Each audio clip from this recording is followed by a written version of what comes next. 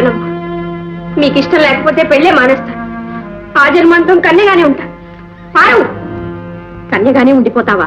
అంత నిగ్రహం ఉన్నదానికి ప్రేమలు పెటాకులు ఎందుకే? అమ్మా, నీ కళ్ళు మూసుకుపోయాయిగా, చాలు. మా కళ్ళు కూడా ముయ్యాలనా? కాదు, నేనే చెప్దాం అనుకున్నాను, కానీ నా దురదృష్టం అడ్డుపడి ముందే మీకు తెలిసింది. ఎంతకు తెగించావే? సీతా సావిత్రిలాగా పతివ్రతం అవుతావనుకున్నాను, వాళ్ళలాగా ఆదర్శవతి అవుతావనుకున్నాను. పార్వతి పేరు పెట్టుకున్నాను, నా ఆశలన్నీ నాశనం చేశావు. నేనేం చేశానమ్మా? ప్రేమించిన వాడినే పెళ్లాడతానన్నాను, వాళ్ళు అదే చేశారు. సావిత్రి తను ప్రేమిస్తున్నది దరిద్రునని, అర్ధాయునని తెలిసి కూడా సత్యవంతునే వరించింది. తల్లిదండ్రులు కాదన్నా పార్వతీశ్వరుణ్ణే పెళ్లాడింది. వాళ్ళు దేవతలు, మనం మానవులు. కాదు, దానవులు. కనుకనే ప్రేమలున్న చోట పెళ్లిళ్ళుకో. కానీ నేను మాత్రం ఒకరిని ప్రేమిస్తూ ఇంకొకరితో కాపురం చేయబో. అవునన్నా, అయితే వారితోనే పెళ్ళవుతుంది. లేదా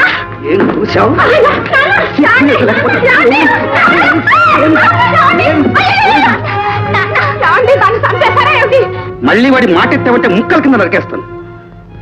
పార్వతి, ఈ పంపిన అల్లరి పాలు కావాల్సిందేనా? కన్న తల్లిని చెప్తున్నాను, నా మాట వినమ్మా. ఇక అతన్ని మర్చిపో. అలాగేనమ్మా, మర్చిపోవడానికే ప్రయత్నిస్తాను. సాధ్యం కాకపోతే చచ్చిన పోతాను. చంపేస్తాను. చంపండి నాన్న. మనసును చంపటం కంటే మనిషిని చంపటం చాలా తేలిక. ప్రాణం పోతే మళ్ళీ రాదు, కానీ మనసు మార్చుకోవటం మన చేతుల్లో ఉంది. అంత తేలిక కాదమ్మా. మనసే కాదు, మనిషిని కూడా ఆయన దాన్ని. అమ్మ, ఇప్పుడు నేను మీ బిడ్డను మాత్రమే కాదు, వారి బిడ్డకు తల్లిని కాబోతున్నాను. ఏమన్నా ఏమన్నావే?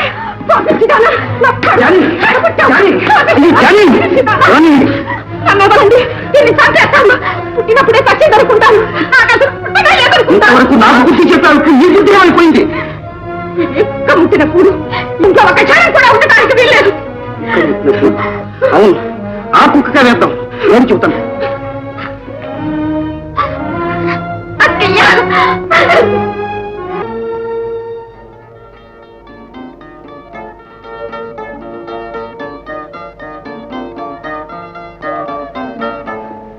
మా తప్పులు క్షమించి మమ్మల్ని ఆశీర్వదించనమ్మా. ఏమని ఆశీర్వదించేది? ప్రేమ కన్నా మీ పాపమే ఈ పెళ్లికి కారణమైంది. అమ్మా, నేనే పాపం చేయలేదమ్మా. నీలాంటి బిడ్డని గని తల్లి పడే బాధ ఏమిటో తల్లివి కాబోయే నీకు త్వరలోనే తెలుస్తుంది.